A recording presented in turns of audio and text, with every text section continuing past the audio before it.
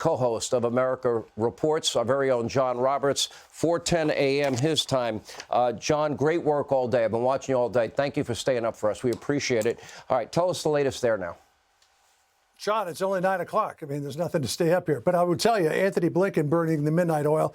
He gave that press statement at about 20 minutes after 3, just about an hour ago, in which he outlined 5 broad goals for President Biden when he comes here on Wednesday. First will be to reaffirm America's solidarity with Israel and to make sure that Israel has what it needs to defend itself, which I assume would include probably making sure that Congress appropriates the money to keep up the stock of missiles for Israel's Iron Dome and whatever other weapons it says it might need to keep itself safe. Second, he wants to coordinate with Benjamin Netanyahu on the hostage release. There are a number of American hostages.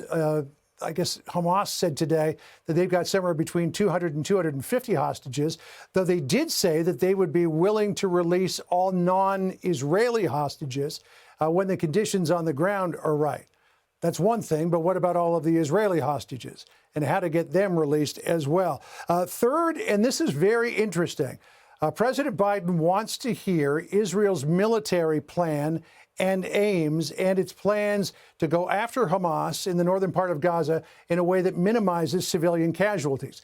Clearly, even though, as you pointed out, Sean, none of these neighboring nations want to take any of the Palestinians who are trying to flee the violence, they're making an awful lot of noise about it. Egypt's President al-Sisi said to Blinken on Sunday that he believes that Israel has gone way beyond its right to self-defense and is now engaged in collective punishment of the Palestinians. Yet Egypt is not saying, come over the border, we'll take care of you. So what President Biden is going to try to do is establish goals for humanitarian aid to probably open up the Rafah crossing in southern Gaza to get aid across the border and even carve out enclaves where the Palestinian people can be safe if and when Israel conducts its military operations in the northern part.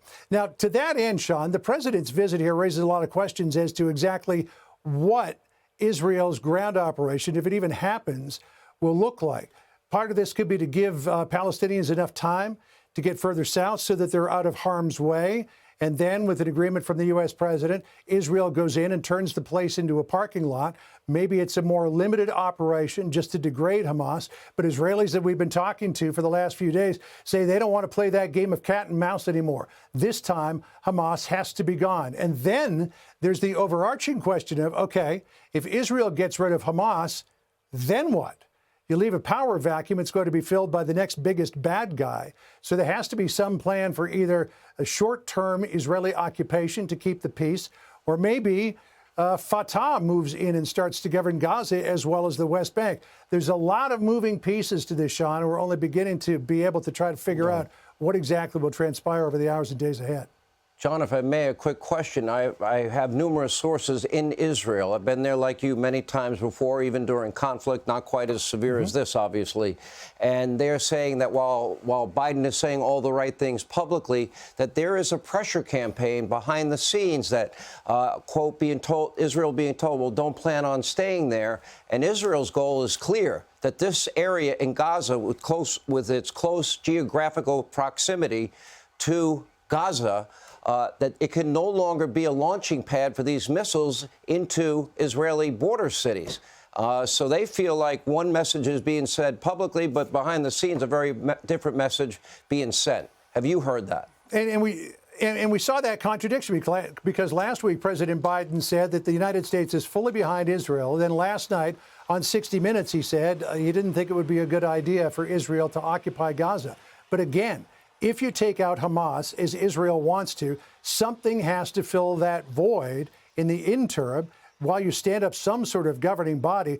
Otherwise, the Islamic Jihad or somebody else will move in there and take the place over. But every Israeli that I have talked to here, Sean, even ones who say they are way on the left, are now saying this has to stop. Hamas has to go. They can't keep living like this. A real page was turned in Jewish history a week ago Saturday, and the Jewish population is not going to stand for anything less than getting rid of Hamas once and for all.